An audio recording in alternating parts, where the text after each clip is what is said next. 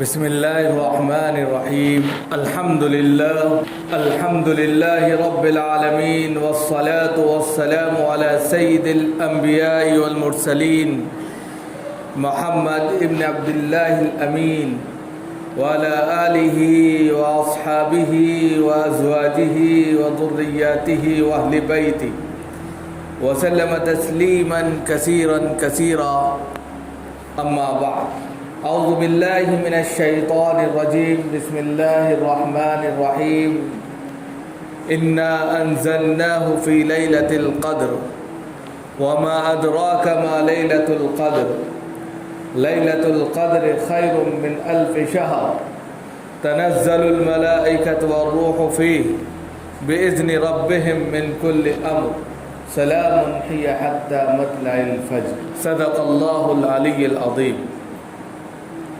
محترم بزرگوں اور دوستوں، اپنے اپنے گھروں میں جلوہ افروز ماں اور بہنوں اور حاضرین مجلس، اللہ رب العزت کا شکر ہے، اس کا کرم ہے کہ اس نے اپنی بارگاہ میں آنے کی توفیق عطا فرمائی۔ حضرات، ہم سب جانتے ہیں کہ آج 14 شعبان ہے اور 14 شعبان کے بعد جو اگلا دن ہوتا ہے وہ 15 شعبان ہے، اور اس کے درمیان میں ایک جو رات ہے وہ رات جس کو ہم اور آپ سب لوگ جانتے ہیں شب برات کے نام سے، اور اس رات میں بہت ساری ایسی چیزیں ہیں جو ہم کرتے ہیں، دیکھتے ہیں، لیکن اس کی حقیقت سے واقف نہیں ہیں کہ حقیقت کیا ہے اور وہ کرنا چاہیے کہ نہیں کرنا چاہیے۔ یہ ساری چیزیں اس وقت مطلوب ہیں۔ مثال کے طور پہ قبرستان جانا، مثال کے طور پہ روزے کا معاملہ کیا ہے، تیسری بات جو ہے وہ یہ ہے کہ عبادت کیسے کی جائے۔ بہت سے لوگ اپنے اپنے طور پر ایک نیا طریقہ اختیار کر لیتے ہیں عبادت کا۔ چوتھے، اس رات کی فضیلت ہے کہ نہیں ہے۔ پانچویں، اس میں جو خرافات آ گئے ہیں، رسم و رواج، پرمپرا اور بدعات شامل ہو گئی ہیں، اس کی کیا حقیقت ہے۔ تو یہ ساری چیزیں آج آپ کے سامنے مطلوب ہے کہ اس کو بیان کیا جائے اور آپ کو سمجھایا جائے اور ایک نالج آپ کے سامنے آئے، تاکہ اس کے ذریعے آپ جو ہے اپنے طور پر اپنا صحیح رخ اختیار کریں، اور اس نظریے سے کہ ہم پھر ان تمام باتوں کو جو قرآن اور حدیث کی روشنی سے آپ کے سامنے رکھی جائیں گی اس پر عمل کریں۔ اللہ تعالی ہم سب کو عمل کی توفیق عطا فرمائے۔ تو سب سے پہلے میں نے آپ حضرات کے سامنے ایک پوری سورت تلاوت کی، انا انزلناہ فی لیلۃ القدر وما ادراک ما لیلۃ القدر۔ یہاں اللہ رب العزت فرما رہے ہیں کہ ہم نے لیلۃ القدر میں قرآن کریم کو نازل کیا۔ یہاں ہر سنڈے کو درس قرآن بھی ہوتا ہے، آپ سے ہم درخواست کریں گے کہ اس میں آیا کریں، شریک ہوا کریں، تو اس سے یہ فائدہ ہوگا کہ قرآن ہم سے کیا کہتا ہے اور وہ کیا چاہتا ہے، یہ ساری ڈیٹیلز وہاں پر بیان کی جاتی ہیں، تو اس کا فائدہ ہوگا۔ اسی کا ایک چھوٹا سا ڈپاچہ ہم آپ کے سامنے اس وقت رکھ رہے ہیں کہ انا انزلناہ فی لیلۃ القدر، ہم نے لیلۃ القدر کے اندر قرآن کریم کو نازل کیا۔ قرآن کریم جو ہے لوح محفوظ سے بیک وقت آسمانی دنیا پر نازل ہوا۔ انا انزلنا کا لفظ، یہاں سے انزلہ کا جو لفظ استعمال کیا گیا ہے، اس کا مطلب عربی زبان کے اندر یہ ہوتا ہے فوراً، پورا کا پورا ایک دم ایک بارگی میں نازل کر دیا گیا۔ اب اس سے یہ مطلب مفسرین نے لکھا ہے کہ لوح محفوظ میں قرآن کریم محفوظ ہے، وہاں پر موجود ہے، وہاں سے آسمانی دنیا کے اوپر بیک وقت ایک ہی بارگی میں نازل کیا گیا، اور وہ نازل جب ہوا وہ لیلۃ القدر سے۔ انا انزلناہ فی لیلۃ القدر، ہم نے قرآن کریم کو لیلۃ القدر میں بیک وقت نازل کیا آسمانی دنیا پر، اور پھر آسمانی دنیا سے نبی کریم صلی اللہ علیہ وآلہ وسلم کے قلب اطہر پر دھیرے دھیرے بتدریج نازل ہوا۔ یعنی وقفے سے، اور اسی لیے جو ہے اس کو نازل ہونے میں 23 سال لگ گئے۔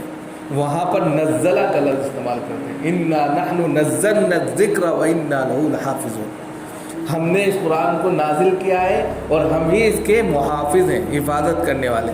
اب یہاں پر انزلہ اور نزلہ میں یہ دونوں کے اندر جو ہے الگ الگ جو ہے تاثیر پائی جاتی ہے، الگ الگ اس کی جو ہے خصوصیات ہیں۔ انزلہ ایک دم نازل کرنے کے لیے کہا جاتا ہے، اور نزلہ کا جو مطلب ہوتا ہے وہ بتدریج دھیرے دھیرے جو ہے وقتاً فوقتاً نازل کرنے کو کہا جاتا ہے۔ اسی لیے انا نحن نزلنا الذکر وانا لہ لحافظون جب کہا گیا تو کہا گیا ہم نے ہی اس قرآن کو اتارا ہے، یعنی بتدریج آسمانی دنیا سے آپ صلی اللہ علیہ وسلم کے قلب اطہر پر اتارا، اور پھر اب ہم اسی کی حفاظت کرنے والے ہیں۔ یعنی اس سے پہلے جو آسمانی کتابوں میں تحریف کر دی گئی، تبدیل اس کو کر دیا گیا، وہ کوئی نہیں کر سکتا۔ یہ پہلے دن سے محفوظ ہے اور ہم اس کی رکھوالی کرتے ہیں۔ یہ اللہ رب العزت کا ایک پورا کا پورا پیغام ہے۔ یہ ایک بہت بڑا موضوع ہے، تفسیر کا جب انشاءاللہ درس ہوگا اس میں بتایا جائے گا، لیکن موضوع دوسرا ہے، اس لیے ایک تمہیدی باندھ کر ہم اپنے موضوع کی طرف آنا چاہتے ہیں۔ اب یہاں سے اصل شروعات ہے۔ ہم نے قرآن کریم کو نازل کر دیا، جب نازل ہو گیا قرآن کریم، اب اس کے بعد بتا رہے کہ انا انزلناہ فی لیلۃ القدر وما ادراک ما لیلۃ القدر، کیا تم لوگ جانتے ہو کہ لیلۃ القدر کیا ہے؟ لیلۃ القدر کیا ہے؟ سوال اللہ رب العزت خود کرتے ہیں۔ اللہ کا ایک عجیب و غریب انداز ہے کہ پہلے بتاتے ہیں، پھر سوال کرتے ہیں، پھر اس کی وضاحت کرتے ہیں تاکہ اچھے سے ذہن میں بات بیٹھ جائے۔ وما ادراک ما لیلۃ القدر، لیلۃ القدر کیا ہے، کیا تم جانتے ہو؟ پھر اس کا جواب دیا لیلۃ القدر خیر من الف شہر، لیلۃ القدر جو ہے 1000 مہینوں سے افضل ایک رات ہے۔ یہ کیا بات تھی؟ کیوں 1000 مہینوں سے افضل اس کو کہا گیا؟ ایک حدیث میں آتا ہے آپ صلی اللہ علیہ وسلم نے ایک مرتبہ صحابہ اکرام کی محفل میں ایک یہودیوں کا تذکرہ کیا، حضرت موسیٰ علیہ السلام کے زمانے کے ایک شخص کا تذکرہ کیا کہ انہوں نے تقریباً 1000 سال تک اللہ کے راستے میں جہاد کیا، 1000 سال تک۔ تو صحابہ اکرام رضوان اللہ تعالی علیہم اجمعین جو بیٹھے ہوئے تھے انہوں نے کہا اللہ کے رسول صلی اللہ علیہ وسلم وہ لوگ تو آگے نکل گئے، جس نے 1000 سال تک جہاد کیا ہو، اللہ کے راستے میں نکلا ہو، اس کا عمل، اس کا ثواب، اس کا اجر کتنا ہوگا ہم تصور نہیں کر سکتے۔ تو اللہ کے رسول صلی اللہ علیہ وسلم کے سامنے جب یہ بات آئی تو اللہ رب العزت نے اس سورت کو نازل کیا کہ لیلۃ، ہم نے آپ کی امت کے لیے ایک رات ایسی بنا دی ہے کہ جس کو وہ حاصل ہو جائے تو 1000 مہینوں سے افضل راتوں کا ثواب اس کو حاصل ہو جائے۔ 1000 مہینوں کو اگر آپ کیلکولیٹ کریں، حساب لگائیں، تو پتہ چلتا ہے 83 سال، 83 برس کچھ ماہ نکل کر سامنے آتے ہیں۔ اگر انسان کو 2-3 راتیں حاصل ہو جائے تو وہ 1000 سال کو تو آرام سے پہنچ جائے گا۔ اللہ کے رسول صلی اللہ علیہ وسلم کے امتیوں کے اندر جو غم، جو تڑپ، جو کرب، جو اضطراب کی کیفیت اس وقت پیدا ہوئی تھی کہ 1000 سال تک اس نے اللہ کے راستے میں بندے نے جہاد کیا اور اللہ کے لیے اس نے اپنے آپ کو وقف کر دیا۔ اگر یہ امت وہی ثواب حاصل کرنا چاہتی ہے تو وہ شب قدر کو حاصل کر سکتی ہے اس کی عبادت کے ذریعے، اور اللہ کی خوشنودی کو حاصل کرنے کے ساتھ ساتھ 1000 مہینوں سے افضل رات کا ثواب اگر حاصل ہو جائے گا تو گویا کہ ایک رات کی عبادت 83 برس کی عبادت کا برابر ہو جائے گا۔ یعنی کہ ایک رات اگر آپ نے صحیح معنوں میں جو ہے عبادت کر لیا، اللہ کو راضی کر لیا، اور شب قدر یا شب برات، یہ اس میں بھی ایک بہت بڑا وہ ہے، وہ بھی کسی موقع سے بتایا جائے گا۔ تو شب قدر یا شب برات کو اگر کسی نے حاصل کر لیا تو گویا اس نے 83 برس عبادت میں گزارا۔ اب آپ نے اگر اسی طریقے سے 10-15 سال اپنی عمر کے 10-15 مرتبہ یہ کر لیا تو آرام سے آپ جو 1000 سے اوپر پہنچ گئے۔ پھر اس کے بعد میں یہ رات آپ کو بتلائی گئی تھی اس اعتبار سے کہ فلاں دن یہ رات ہوتی ہے، لیکن پھر اتفاق سے آپ کو بھلا دی گئی۔ اس کے بھی بہت سارے ریزن ہیں۔ کہتے ہیں کہ دو لوگ آپس میں لڑ رہے تھے، جھگڑ رہے تھے، اور اس کے نتیجے میں اللہ رب العزت نے آپ سے اس رات کو بھلا دیا۔ تو ہم لوگ یا اس لیے کہ لوگ عبادت کرنا چھوڑ دیں گے، اسی رات میں صرف عبادت کریں گے، یا یہ کہ صرف اس رات کو جو ہے اپنے لیے سب کچھ بنا لیں گے اور تمام عمر بھر جو ہے وہ عبادت سے خالی رہیں گے۔ تو یہ اللہ کی مصلحت رہی کہ جناب محمد رسول اللہ صلی اللہ علیہ وسلم سے اس رات کو بھلا دیا گیا، تاکہ امت سال بھر اس کو جو ہے تلاش کرتے رہے، اور خاص طور سے 15 شعبان کو، اور اس سے زیادہ خاص طور سے جو رمضان میں، اور رمضان میں خاص طور سے آخری عشرے میں، اور آخری عشرے میں بھی تاک راتوں میں، اور تاک راتوں میں بھی 27ویں رات میں۔ تو اس طریقے سے الگ الگ کنڈیشن بنا دی کہ اگر کوئی شخص اس طریقے سے جگتا ہے اور عبادت کرتا ہے تو اس کو وہ رات حاصل ہو سکتی ہے، اور بیٹھے بیٹھے 83 سال کی عبادت کا ثواب وہ حاصل کر سکتا ہے۔ یہ تو ایک مسئلہ ہوا، لیکن اس رات میں ہوتا کیا ہے اس کو جانیے۔ تنزل الملائکۃ والروح بإذن ربہم، کہ ملائکہ جو ہیں اللہ کے حکم سے آسمانی دنیا پر آ جاتے ہیں۔ ملائکہ یہاں تک کہ حضرت جبریل امین بھی آتے ہیں، روح سے جو مراد ہے یہاں پر حضرت جبریل امین ہے، یعنی کہ فرشتوں کا تعداد تو بن ہی جاتا ہے، مزید حضرت جبریل امین جو اللہ کے خاص مقرب فرشتے ہیں، انہ لقول رسول کریم ذی قوۃ عند ذی العرش مکین، حضرت جبرائیل کے لیے لفظ استعمال ہے جو اللہ کے سب سے زیادہ قریب اور بہت ہی عزیز فرشتے ہیں، ان کا مقام اللہ کے نزدیک سب سے قریب ہے اور بہت ہی اعلیٰ مقام رکھتے ہیں۔ تو وہ فرشتے بھی ادھر آتے ہیں۔ اب جب وہ آتے ہیں تو کرتے کیا ہے؟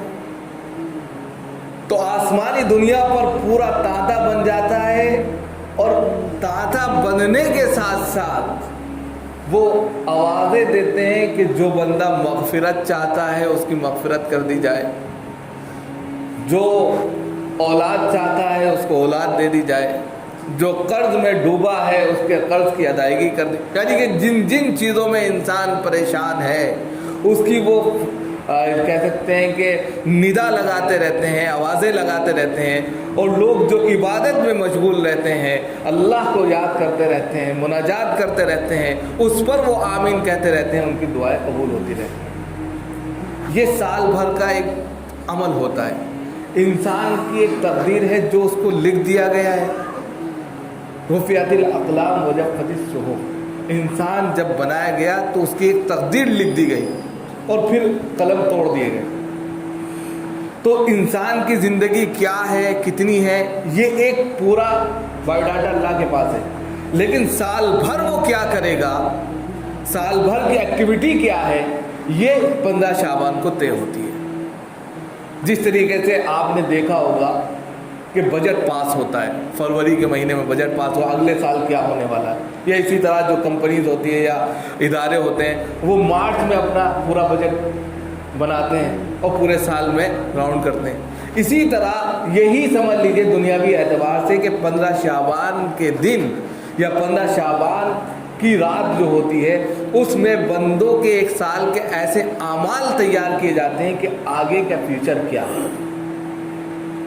اگر آپ نے اس رات کو عبادت میں گزارا، اللہ کی کبریائی میں گزارا، اللہ کے سامنے جو ہے رو رو کر گڑگڑا کر اپنے مسائل کو رکھا، تو وہی چیزیں جو ہے آپ کے لیے آسان بنتی چلی جاتی ہیں۔ اور اگر کوئی شخص جو ہے اس رات کو لاپرواہی میں اور اسی طریقے سے کہہ سکتے ہیں کہ مٹر گشتی میں گزار دیتا ہے تو زندگی کا جو پارٹ ہے وہ تو پورا ہوگا، لیکن اس رات میں جو چیز اس کو حاصل ہو سکتی تھی وہ چیز سے وہ محروم ہو جائے گا۔ یہ دو چیزیں۔ تیسری چیز یہ ہے اس رات کو جو ہے کیسے کرنا چاہیے۔ تنزل الملائکۃ والروح بإذن ربہم من کل امر سلام ہی حتی مطلع الفجر، جو فرشتے آتے ہیں ہر اس بندے کو جو اللہ کی یاد میں، اس کی مناجات میں، تسبیحات میں، قرآن پاک میں، ان چیزوں میں لگا رہتا ہے، نوافل میں لگا رہتا ہے، اس کو وہ سلام کرتے ہیں، سلام ہی حتی مطلع الفجر، اور یہ عمل ان کا برابر لگا رہتا ہے یہاں تک کہ فجر ہو جاتی ہے، یعنی کہ رات سے لے کے فجر تک یہ عمل ان کا سلسلہ جاری رہتا ہے. فرشتے آتے رہتے ہیں، جاتے رہتے ہیں، سلام کرتے رہتے ہیں، جو بھی مناجات کرتا رہتا ہے اس کے کہتے ہیں کہ مسافہ بھی کرتے ہیں. تو یہ ساری چیزیں، تو اس کی فضیلت تو ملتی ہے اس اعتبار سے کہ یہ رات فضیلت والی ہے اور اس میں اللہ کی طرف رجوع ہونا چاہیے، حدیث سے بھی ثابت ہے. اب ساتھ میں اس میں کئی چیزیں ہیں. اس فضیلت میں عبادت کا کوئی خاص طریقہ ہے، روزے کا کیا مسئلہ ہے. تو سب سے پہلے جاننا چاہیے کہ اس رات میں عبادت کا کوئی خاص طریقہ نہیں ہے. اس رات میں عبادت کا کوئی خاص طریقہ نہیں ہے، اجتماعی عبادت مطلوب نہیں ہے. اجتماعی میں مثال کے طور پہ بہت سے لوگ جمع ہو جاتے ہیں، چلا ہم تسبیح کی نماز پڑھ لیں جماعت سے. ارے جماعت سے کیوں کریں؟ کوئی بھی ایسی نماز جو فرائض کے بعد پیش کی جاتی ہے تراویح کو چھوڑ کر، ہر نماز جو ہے نفل ہے، اور نفل نماز کو جتنا آپ تنہائی میں پڑھیں گے وہ زیادہ مطلوب ہے. آپ جو ہے ان نمازوں کو جو ہے ایک اجتماعی شکل دے دیں تو اجتماعی شکل میں وہ مزہ نہیں آتا.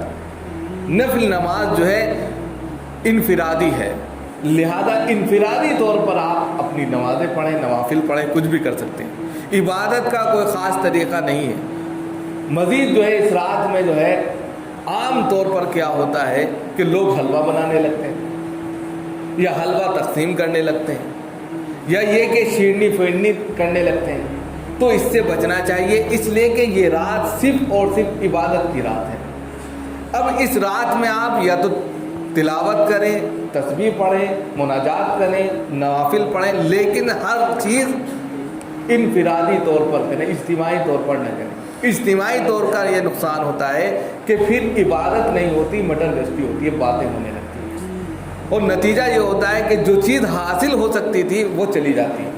اور یہ بھی نہیں ہے کہ پوری رات جگیں، یہ بھی نہیں ہے اس میں کہ آپ پوری رات جاگ رہے ہیں. شروع کے کچھ حصے میں عبادت کر لیں، پھر آرام کر لیں، اور آخر حصے میں جلدی اٹھ جائیں، پھر عبادت کریں، فجر تک اچھے سے روئیں، گڑ گڑائیں اللہ کے سامنے، اور پھر تمام چیزیں جو ہے پوری رات کا ثواب مل جائے گا. تو یہ آسان طریقہ ہوتا ہے. دوسرا اس کا جو طریقہ ہے وہ بھی جاننا چاہیے کہ اس رات میں قبرستان انسان جاتا ہے. تو قبرستان جب جاتا ہے تو اس کی کیا حقیقت ہے؟ اللہ کے رسول صلی اللہ علیہ وسلم اپنی عمر میں جنت البقیع صرف ایک بار گئے اس رات میں. اگر کوئی شخص اپنی زندگی میں ایک بار اس رات کو قبرستان میں چلا جاتا ہے، وہ جنت البقیع تو مکہ میں ہے، لیکن اس رات میں ایک مرتبہ اپنی پوری زندگی میں قبرستان چلا جاتا ہے تو وہ سنت کو ادا کر دیتا ہے جو جناب محمد رسول اللہ صلی اللہ علیہ وسلم نے جنت البقیع جا کر کی تھی.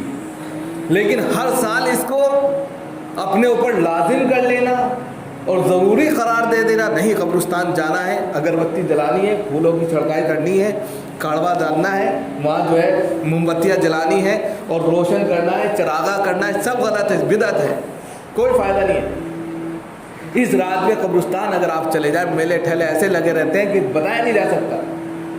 اب وہاں آپ عبرت حاصل کرنے کے لیے جا رہے ہیں کہ یہاں وہاں جا کر جو ہے چائے کی چسکیاں لے رہے ہیں یا جو ہے ٹھیلوں پر کھڑے ہو کے کھانا کھا رہے ہیں؟ یہ چیز نہیں کرنی. آپ جائیے، جا کر وہاں جو بھی آپ کو پڑھنا ہے، فاتحہ کرنی ہے وہ کریے، اور عبرت حاصل کیجئے کہ کل یہی ہماری آخری جگہ ہے، ہمیں اس کے لیے تیاری کرنی ہے. یہ نہیں کہ وہاں جا کر جو ہے قبر پر آپ نے پھولوں کی چھڑکائی کی اور اس کے بعد جو ہے اگربتی لگائی، 4-6 موم بتیاں جلائیں اور وہیں بیٹھ کر آرام سے پکنک منانے لگے، بہترین کھانا کھا رہے ہیں. کتنی ایسی خواتین کی فوٹو آتی ہیں کہ سب پورا گھر جا کر وہاں بیٹھ جاتا ہے اور آرام سے جو ہے تعامل فرمایا جا رہا ہے، کھانا نوش کیا جا رہا ہے. سب غلط ہے. آپ کیسے قبرستان میں جا کے جو ہے ایک نوالا اپنے حلق سے نیچے ڈال سکتے ہیں؟ یہ طریقہ غلط ہے، اس سے بچنا چاہیے. زندگی میں ایک بار یا ایک بار گئے، ایک بار چھوڑ دیا، 2 بار چھوڑ دیا، تیسری بار چلے گئے، جانا چاہیے، یہ ثابت ہے، لیکن اس کو بالکل کمپلسری کر لینا، لازم قرار دینا، یہ غلط ہے، اس سے بچنا چاہیے، یہ بدعت ہے۔ 2 چیزیں ہو گئی۔ تیسری چیز جو ہے روزے کی ہے، اگلے دن روزہ رکھا جاتا ہے۔ بہت سے لوگ پوچھتے ہیں کہ 15 شعبان کا روزہ رکھا جائے گا نہیں رکھا جائے، تو 15 شعبان کے روزے کی 3 حقیقتیں ہیں، 3 طریقے سے اس کو سمجھیے۔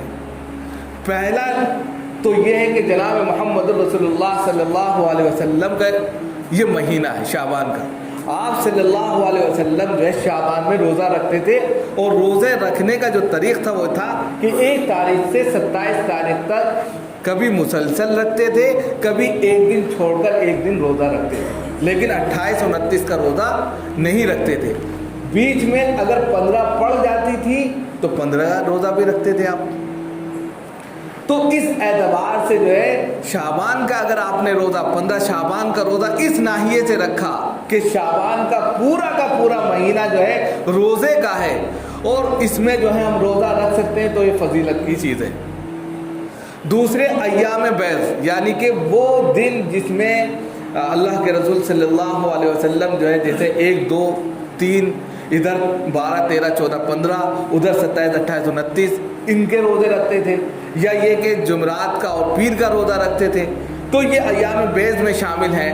تو آپ صلی اللہ علیہ وسلم کی عادت شریفہ تھی کہ وہ 12 13 14 15 کا روزہ رکھتے تھے، اس میں 15 کا روزہ اگر آ جاتا ہے، آپ کی عادت شریفہ ہے، تو یہ روزہ رکھنا بھی معتبر ہے اور یہ باعث ثواب ہے۔ یہ 2 طریقے جو ہے آپ روزہ رکھ سکتے ہیں، ٹھیک ہے، دونوں طریقے سمجھ گئے۔ تیسرا طریقہ جو ہے جو رائج ہو گیا ہے، اور وہ کیا ہے کہ 15 شعبان کا روزہ فضیلت والا ہے، یعنی کہ پورے مہینے آپ نے روزہ نہیں رکھا، صرف 15 شعبان کو بحیثیت فضیلت کے روزہ رکھنا ہے، تو یہ غلط ہے۔ علماء نے لکھا ہے کہ یہ نہ سنت ہے نہ مستحب ہے، کیونکہ جس طریقے سے یوم عاشورہ کا روزہ اور یوم عرفہ کا روزہ فضیلت والا بتایا گیا ہے، وہاں پر اس کیٹیگری میں 15 شعبان کے روزے کو شامل نہیں کیا گیا۔ 15 شعبان کا روزہ اسی کیٹیگری میں آیا ہے کہ پورے شعبان کے روزے جو رکھتا ہے خود بخود وہ 15 آ جائے گا، تو باعث فضیلت ہے اور باعث ثواب ہے۔ یا اسی طرح ایام بیض کے اعتبار سے 15 کا روزہ رکھ لیا باعث اجر ہے اور باعث ثواب ہے، لیکن ساتھ ہی ساتھ اگر آپ پورے مہینے روزہ نہیں رکھتے، صرف 15 کا رکھتے ہیں اس اعتبار سے کہ یہ فضیلت کا ہے، تو اس سے بچنا چاہیے۔ یہ بالکل تحقیقی چیزیں ہیں، حدیث کی روشنی سے بتا رہے ہیں، بس یہی ہم سمجھتے نہیں ہیں علم کی کمی کی بنیاد پر، اور ہم جو ہے اسی دھرنے میں بہتے چلے جاتے ہیں، اس سے بچنا چاہیے۔ چوتھی چیز جو ہے وہ یہ ہے کہ اس رات کے اندر جو ہے کچھ خرافات ہیں، بالکل لاسٹ اس بات کرنی ہے اور اس کے بعد میں پھر انشاءاللہ آپ کو موقع دے دیا جائے گا۔ وہ کیا ہے کہ کچھ بدعات شروع ہو گئی۔